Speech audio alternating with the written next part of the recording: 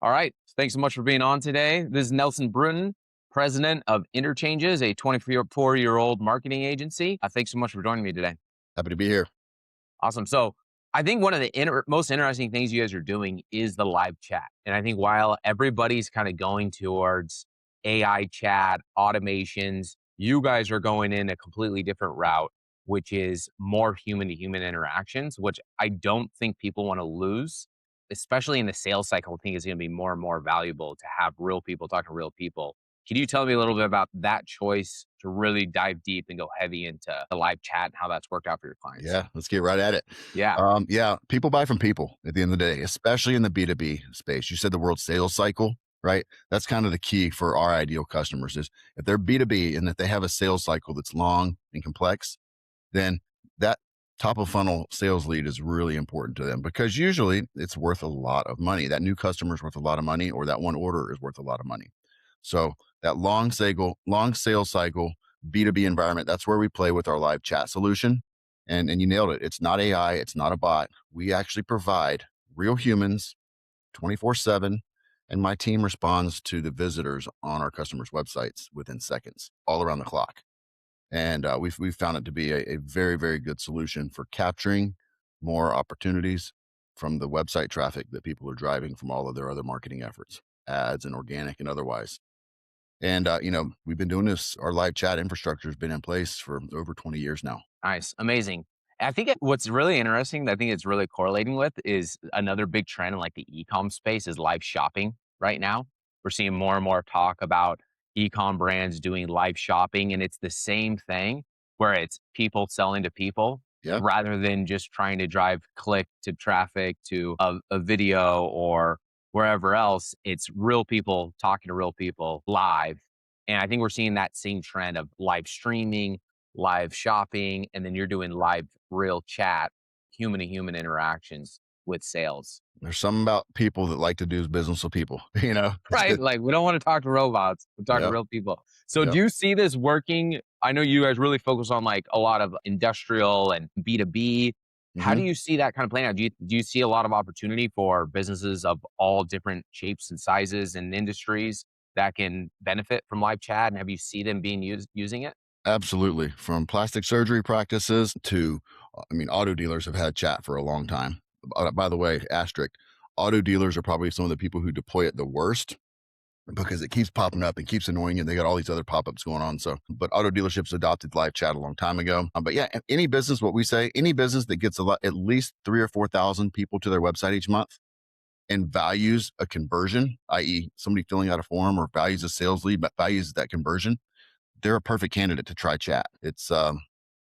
And the reason I like to keep it real simple, people, you and me, we have preferences when we're shopping on a website, shopping for tires, shopping for jewelry, shopping for a plastic surgery procedure, whatever we're shopping for us as the visitor on the website. We either want to call the phone number on the website to find out more. We either want to fill out a form, get on about our day and wait for a response, or we want to use chat. So call, fill out a form, or live chat.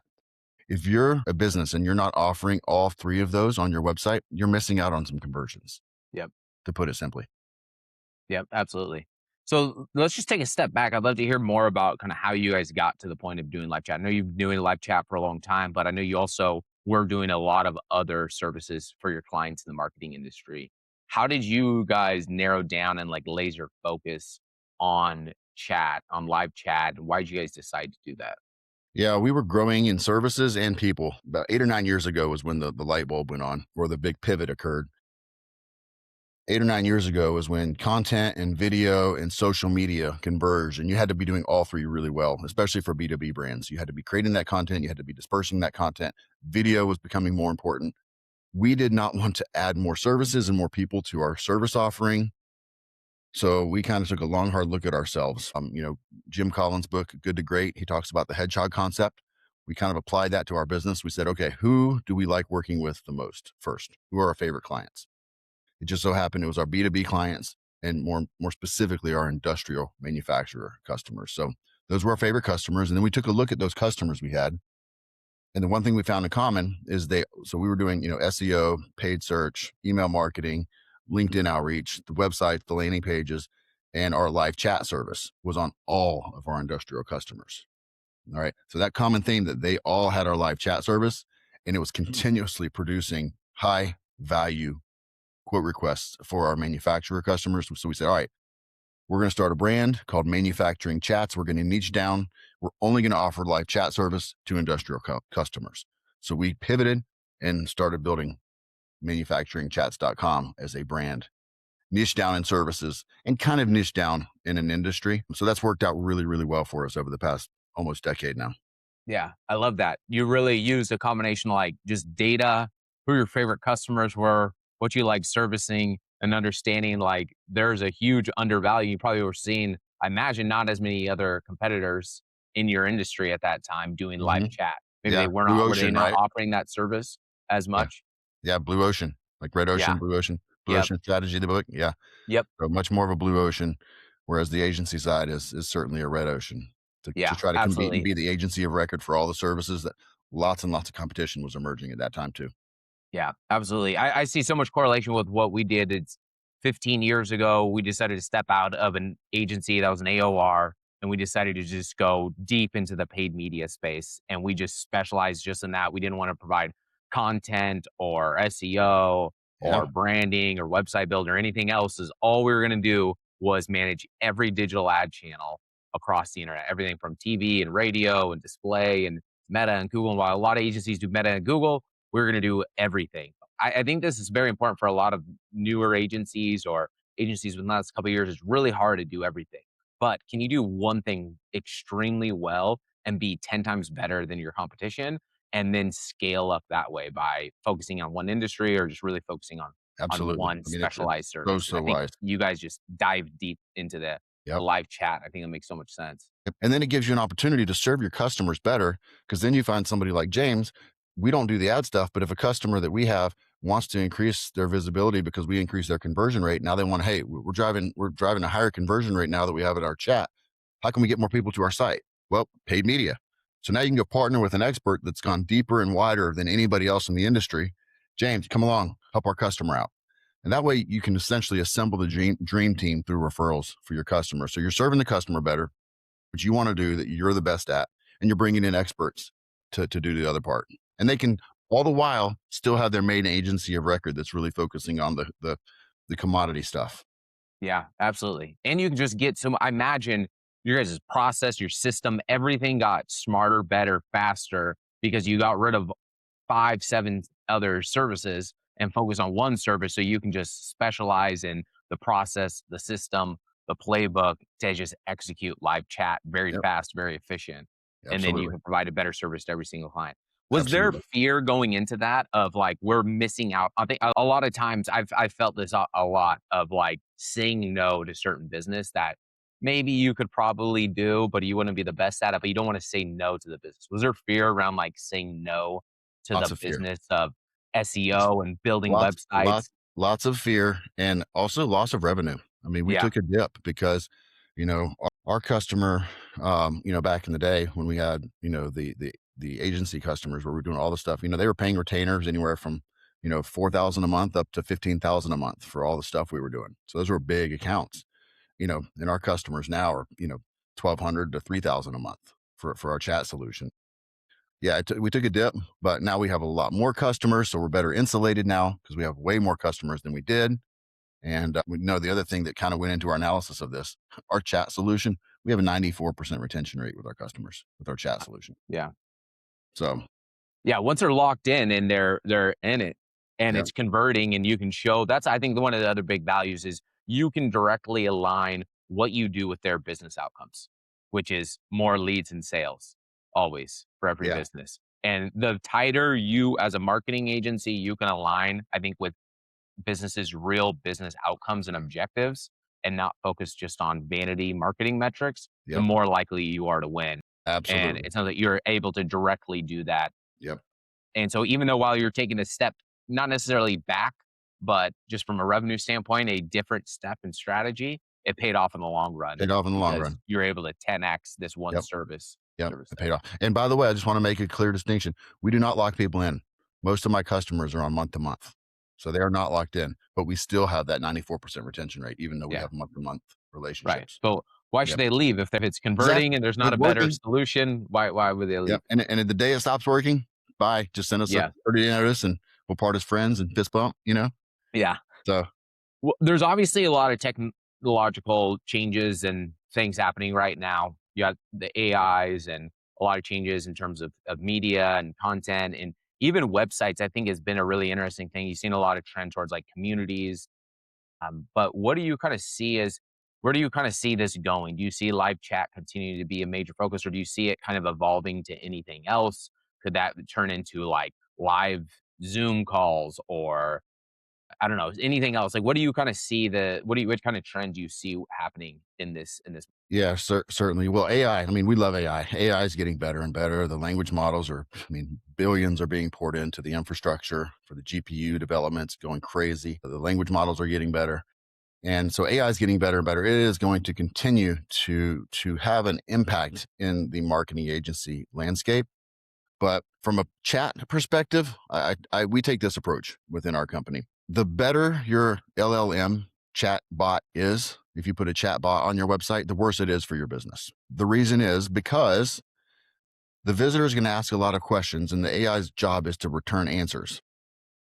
And so if your AI hopefully doesn't hallucinate, provides all the correct answers, that's best case scenario, the visitor says thanks and they leave. Well, you missed the conversion. You didn't capture their name and email address. You didn't find out kind of what they're trying to accomplish. So you missed the most important part. You gave them a whole bunch of answers, right? But your website could have done that. Your FAQs could have done that. So I call chat bots at that level an interactive FAQ is all. Hmm. Now, some people might come back and say, well, no, that's why we pop up the form and make them give us the information up front before the chat starts. Well, that's a roadblock. That's called gating your content or gating your chat. And gates are for cattle. Gates aren't for chat. You don't want to prevent people from having a conversation with your company by making them fill out their name, email address, etc. So if you're putting a gate before your chat, and this is practical advice for anybody who's running chat for their customers or for their business, if your chat is gated right now, you can remove that gate and get 50 to 100% more conversations started. Hmm. There's an So you're easy saying lever. I just want to make sure I'm understanding that even that right for myself. So you're saying some people are using AI chat. It doesn't ask for name, contact info within the chat. Instead, they have to do like a pop up standard, like lead gen pop up with name, email, Yeah, phone before the number. chat starts, that little pop-up window. Oh, before the chat even starts, they have to Right. fill that out Yep. in order. So then you're Correct. gatekeeping, I see, the chat, and Yep. then it would go to the AI chat. So a lot of Yep. people are gonna bounce off of that because they don't wanna fill Yep. out the form before they Correct. get to the chat. Correct. Yeah, yeah, got it. Are anybody able to do that after? Like, are the AI LLMs chat and I'm speaking from, like, a place of ignorance of, like, not really diving too deep into how an AI chat even works, but are they not able to, like, point to a lead gen form or anything like that within the chat? Sure. Absolutely. You can point to lead gen form, but now you're putting someone from a chat who prefers chat as their communication option, and you're pushing them into filling out a form. They didn't Mhm. want to fill out a form, they wanted to chat. So we Yeah, capture all those key details of where they're at, what company they're with, their contact information. We capture that smoothly during a conversation with our yeah, human. got Whereas it. AI, if you randomly ask, when do you ask for the contact information during a conversation? After they've asked something, I mean, it could get really It just awkward. gets clunky. It gets clunky, The right? conversation is not a natural It's flow. not a flow. Yeah, Exactly. And got it. yeah, you could try to send them to a lead form at the end, and I'm sure you'd get some success. But what we found when we've actually tested customers who had AI and they put our human team on for a month, Mhm. our average increase in conversations is 70%. Got it. And then how does that relate into do you have any data on, like, how does that result into increase in, like, leads or sales after that increase in chat? Our data that we do have, well, what we typically, our offer is this for the new year. Put our chat team on your site for a month. If we don't double your sales inquiries, you don't pay us. Yeah. So Got we it. typically double quote requests when we add our Yeah. chat team Nice. to a website. Yeah. Now, that being said, the other data that we actually have is 40 to 70% of the chats that we send to our customers are sales inquiries. The rest make up general inquiries, documentation requests, technical or service requests or parts requests. But 40 to 70% of the chats we send over are sales inquiries Sales for inquiries. across our customers. Nice. Now, what is your opinion of I think this is another, interesting one I keep seeing pop up, what's your opinion of, and just from a general perspective, because this is similar to the AI chat, but is the voice AI sales agents where they can't do outbound, but you get an inbound call and then you can set up a voice AI agent to call a lead back. Yes. What's your opinion, or do you have any experience with those? How those are going to I play have out in the limited market? experience with those. I've heard of people having amazing experiences with those, especially response to inbound leads, especially if it's not a super complex sales process. I think they absolutely crush it in terms of, especially if it's high volume for not a complex sales environment. I think those are genius Yeah. and they Yeah. sound better and better and better. Yeah, it's crazy. I can still tell. I think I've had like two of them. I'm Yep. very certain. I pretty much hung up the phone on them. Yep. Yep. Um, but they've gotten very good of kind of Yep. having this natural flow like a Yep. human would that And they if can a company program has, into. I had when I was at AI conference, end of last year, I had a friend of mine telling me about an experience he had. I can't remember what company it was. It was a big company, customer service situation where they sent him the wrong thing. He called in, talked to a voice AI agent, and they had their systems in such good order that AI agent within 10, 15 minutes was able to ask him the questions, figure out what happened, and get the right product, tell him how to ship the other one back and ship him the new product that he was Yep, supposed to get. And it was all that's done amazing. AI. And he was like, Yeah, it was awesome. yeah, So if your systems are in place in such a way from a customer service standpoint where you know all the particular instances, then you can code in and build on those voice AI agents to be really, really good towards the end customer. yeah. And that's why I Now, think they're like the key the is if you're good gonna try positives something of like it. that, make sure you have a feedback loop, make sure you're inspecting what you expect from the customer's experience. You have Yeah. to have some way to measure the customer experience and satisfaction if you're gonna try any type of AI. Yeah, for sure. Yeah, I think there's going to be some very negative outcomes of those, but those are also just learning opportunities that brands, businesses are going to have to go through. And I just think the big benefit of it is like if you can do just more with less. Everybody has fixed budgets at some point, limited abilities or capabilities and services. But does AI in any way allow you to do more with what you already have? It's like getting the most out of what you have, use it as a leverage point in any way. But what have you learned from AI over the last year that you're kind of excited about, maybe incorporating in your own business, or that you've seen just work really well for I businesses? mean, just generally speaking, the biggest thing I learned is if you're going to try to do AI in your business, start with this question: what problem are we trying to solve? And then see how to apply AI towards a very specific problem. Don't just do AI to do AI. In fact, there was a recent study that was done by MIT. Another study. 95% of AI pilots fail because companies avoid friction in terms of the, the the change management it takes. Hmm. Yeah. MIT did a research. 95% of AI pilots failed. Yeah, it's a lot of trial and error right now for a lot of different businesses of trying to figure out what it can do, what it's good at. I think what's interesting in our industry of media buying is AI has been talked about since 2013, 14. Is that within the ad buying platforms, they've been using machine learning really to help better inform bid requests and decide which ad to try to buy and serve and what ad not to. So we've been involved in looking at the kind of evolution of the AI for a long time. And I think for us, what it's always been is what do humans do really well and what do machines do well? And how do you balance those two Yep. and get the best out of both? Yeah. Because I don't see, at least for now, the branding, the marketing strategy, really kind of having that taste of knowing the nuance of the individual brand and campaign and what's needed, what's not needed. An AI is not going to do that. It's also not going to be able to fully execute everything. Somebody has to kind of lead and direct it in the Yeah. right area in order to maximize the output that you can get from the AI. And I Yeah. think that's where people have to balance is And that let me ask human you this machine. question. That was kind of talked about, and they actually put a question on the screen at this AI conference. And for those people that have to lead and direct it, what's a better skill set for them to have? Creativity or critical thinking? Mm, Those are two yeah, of the options, yeah, right? yeah, The two more options. I can't remember what the other two were, but I was like, is it creativity in a person that is needed to drive these, or is it critical thinking? yeah. I think that mattering on what the situation is or what problem they're trying to solve, like going back to your first question, is like what Yeah. the problem and Yep. what are we trying to solve for? Yeah. is you may need more creativity, more Right. critical thinking based on what it is, Yep. how complex the Yep. problem is, or how creative you need to be in the problem. Because some problems you need to use your creative mind to solve for, and other times you need to do some critical thinking. And where AI, AI, you said the word machine learning. AI is machine learning, right? Yeah, And where machine learning excels is when there's data to crunch or exactly. multiple Yep, data sources. So the more data sources you have, the more data you have. You know, if you have a situation like that where you're trying to make sense of your data, build a team of creative people, build one or two or three or four people, build a team of critical thinkers, put them together.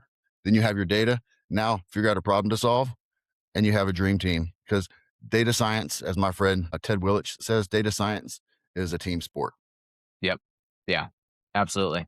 Yeah, and that's how we're really trying to look at using it is how do we use it as part of our team at the end of the day, right? And I think for us, what we're excited about going into this next year is that we look at it is that it helps us and allows us to do 10 times more than we could 5 years ago. That's Yeah. really where we're at with it. So I can service more 5 times more clients. I can offer lower costs to and pass those on to my clients because we use so much AI and automations. Is somebody our team is experts at managing and setting everything up and really executing and knowing how to point all the different ad platforms in the right direction. Hmm. But because of AI, we can automate our reporting, our optimizations, our campaign setups in a way we couldn't do a couple That's years really ago. cool. And that's what I So think that gives we're you more most excited opportunity about. to kind of work. That gives you more opportunity to work with your clients on more strategic type conversations, Exactly. right? Yep, exactly. Yeah, so we can be more strategic, more focused on understanding their needs and how does the media align with their business outcomes and setting things up in that way. So and just incorporating more research and understanding of where we should really be buying and placing ads. So that's how we've really been able to, refocus or reorganize our team around AI is really having it incorporated and taking over all the monotonous heavy data load Yeah. that we weren't able to do previously. Interesting. And on the back end, on the reporting side, I mean, the reporting, that's a monthly reporting, right? There's Yep. tremendous amount of data you Yeah. have to crunch and put into a readable format that makes sense towards the business outcomes, right? So Yep. you guys have used AI a lot there? Yep. Absolutely. Yeah. It's a combination of using really good data analytics platforms that can ingest. We have a data platform that ingests all ad channels into one platform, Mhm. and then we can crunch that all that data together using AI to get insights and trends between multiple Very different ad interesting. channels. Very cool. So we were that would take hours from like our team to do of exporting into spreadsheets and Yeah. organizing everything and overlaying data between all our different ad channels to learn. And now we're able to do it much more efficiently because everything dumps into one place and then we can read all that data together. And Yeah. when did you guys implement all that? Within the last like 2 years. Okay. So you Yeah. guys are in scale mode now, having a lot more fun, it sounds like. Yeah. Yeah. Yeah. Yeah. Yeah. We just launched a new subscription model. So we have a subscription model now for any advertiser that's spending under 25,000, and then we have an enterprise solution. So Nice. we kind of have multiple models to try to scale and offer to different businesses. But yeah, that's how we've just really found there's a lot of different ways to use it. And I think for agencies and for brands is to go back to your original question, which is what problem are you trying to solve for who, and then how do we get the benefits? I think you should look at like how do you get the benefits of what the machines do really well, the LLMs and machine learning, and then how do you get the best out of Yep, the human absolutely. touch and focus? Yep. And on Yeah. the marketing side, we did gosh, 2.5 years ago, we adopted an AI video solution Hmm. where I basically um created one video kind of for a prospecting email campaign. We had about 15,000 prospects on an email list. Yeah. And I created one video and I was like, hey, James, this is Nelson from Manufacturing Chats. We're like, yada, yada. Here's the offer. Here's what we do. Here's the research we've done on your company. And there's two or three things within that video that we wanted to change to personalize it to each person on that list. Nice. Yeah. And the AI took my video, created an avatar, and so with the one video that I created, it turned into 15,000 personalized emails that we were able to send out in an email campaign. And it worked really, really, really well because it was embedded video in an email. Yeah, and 5 years ago, before that, that would have cost you with an editor, Yeah. like 10, Yep. $15,000 or something to edit each individual video and personalize Yep. it. You wouldn't have done it. You would have Yeah. just had one general video. Yep. And we know, and that's I think, like, that's to me, that is the key though, right there is what you just did, is You know that we know as humans, personalization works better than generalization. Yes. And so if you can personalize your content, your video, your outreach, and make it very important for the person that's receiving it, then it can do better. And then Yep. you used AI video editing tool in order to automate that process. That to me is the perfect example and solution of using the human intuition and understanding of what humans need in order to Yeah. make a campaign better, Yep. and then what an AI platform can do to help you execute that 10 Yep. times faster Absolutely. and at a lower cost. Yep. I recently had a conversation with another creative agency, and they did this video execution for for an ad, and they said it would have cost them like 500, $750,000 to do this, like this sequence that they created where like a bunch of birds came in and it was Yeah. like this crazy sequence. It would have cost them hundreds of thousands of dollars. Instead, they used AI just for that piece of that, Yeah. and it cost them like Nothing. nothing. It was like a Yeah. couple $1,000 to, like, spend the time of doing it, and it just shows you, like, allows you to save Yep. 10x, 100x at times Yep. because you can do things 10 times faster. Yep. Yep. Yeah. Yeah. Wild time. I think the trend for, for this year is agencies have to figure out how to work smarter, not harder, Yep. and get back to not trying to be too cute. Get results for their clients and focus on the Absolutely. results. Don't Yeah. focus on vanity metrics. Focus on what are you really trying to achieve. We're going to do these things.